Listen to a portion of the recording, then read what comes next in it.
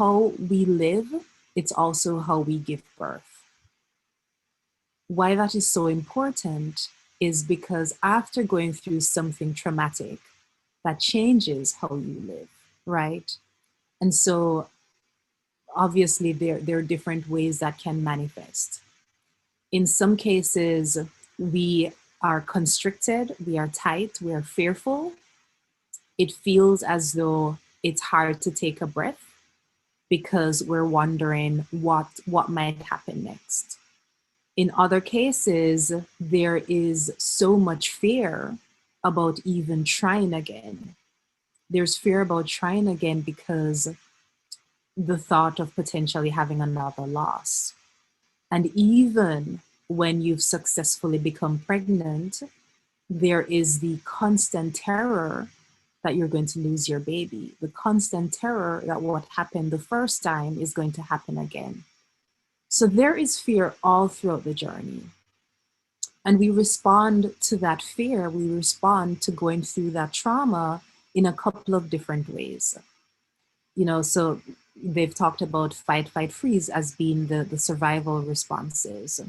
What they mentioned in the book is really two contrasting states of being. So either being completely passive and pulling yourself out of the situation, disengaging from the pregnancy, right? So that could be one.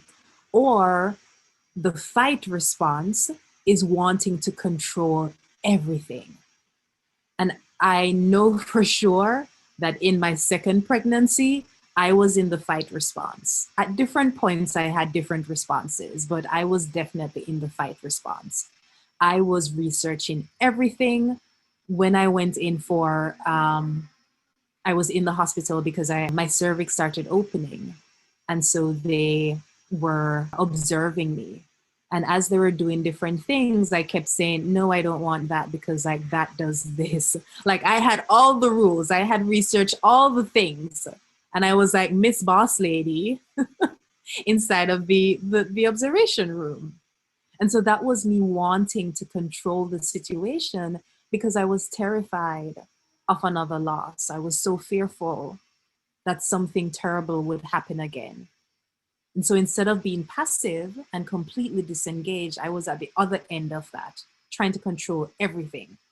No, those are the responses that feel most appropriate.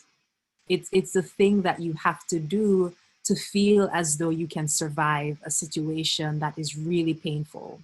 So whether you have detached completely, that's the response that feels the safest.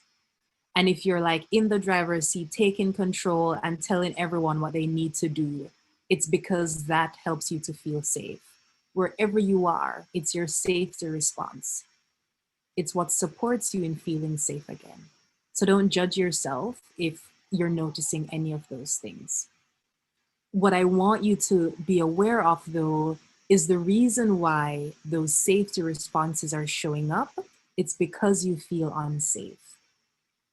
And that sense of unsafety that shows up when you're about to give birth. So it might show up in the form of, actually, it might show up even during the pregnancy.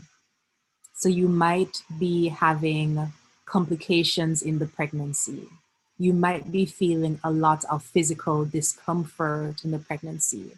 And that's your physical body responding to what's happening emotionally. If there's a lot of anxiety and fear, you're releasing those chemicals, you're releasing that cortisol into your body.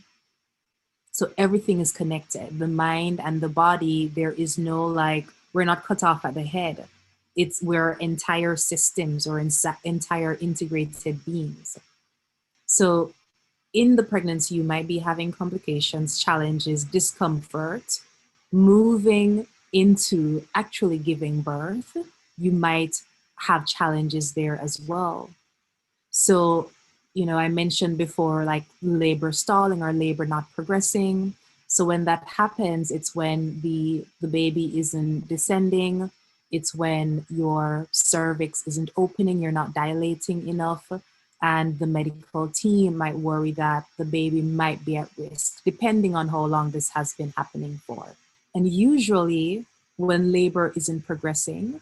It's when the birthing person isn't able to surrender to the process, isn't able to move with the process, doesn't feel safe in the process, right? So before we talked about the inner conflict, so the fears inside that haven't been resolved.